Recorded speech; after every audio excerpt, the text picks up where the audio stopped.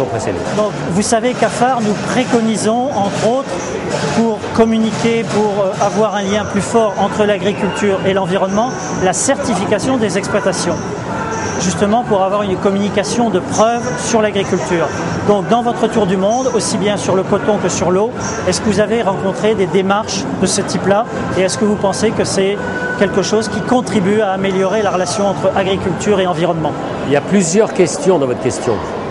Ce qui me frappe, c'est que on connaît mal l'agriculture puisque les gens sont de plus en plus urbains, vivent dans les villes, que la moitié de la population mondiale vit dans les villes, et qu'ils demandent de l'agriculture qu'on leur fournisse en biens, souvent homogènes, qui se ressemblent tous, et évidemment de bonne qualité sanitaire.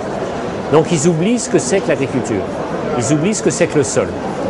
Donc ça c'est la première remarque. Donc un éloignement vis-à-vis des terroirs et des gens qui sont sur les terroirs. La deuxième chose c'est que si on s'éloigne, évidemment, c'est les villes qui ont le plus d'importance dans ces questions-là. Et les émeutes de la faim, elles vont recommencer. Pourquoi? Parce qu'on continue à pas suffisamment investir sur l'agriculture. Tout le monde sait que, enfin, tout le monde savait depuis longtemps, et la Banque mondiale l'a enfin reconnu, que $1 investi dans l'agriculture est le meilleur dollar possible pour faire diminuer la pauvreté. Et on continue à diminuer le nombre de dollars. Donc on continuera à augmenter la pauvreté. Donc je pense qu'il y a là, avec la crise et avec malheureusement les nouvelles émeutes qui vont arriver, émeutes de la faim, émeutes de l'eau, rareté de l'eau, rareté de la faim qui vont s'activer l'une l'autre, je pense qu'il faut encore des crises malheureusement pour qu'on se rende compte que la question de l'agriculture, c'est-à-dire de la nourriture des gens, c'est-à-dire derrière du respect de ceux qui produisent de la nourriture pour les gens, c'est-à-dire leurs conditions même de vie, il faut encore quelques crises pour qu'on se rende compte de l'urgence absolue. Alors, on peut améliorer la prise de conscience.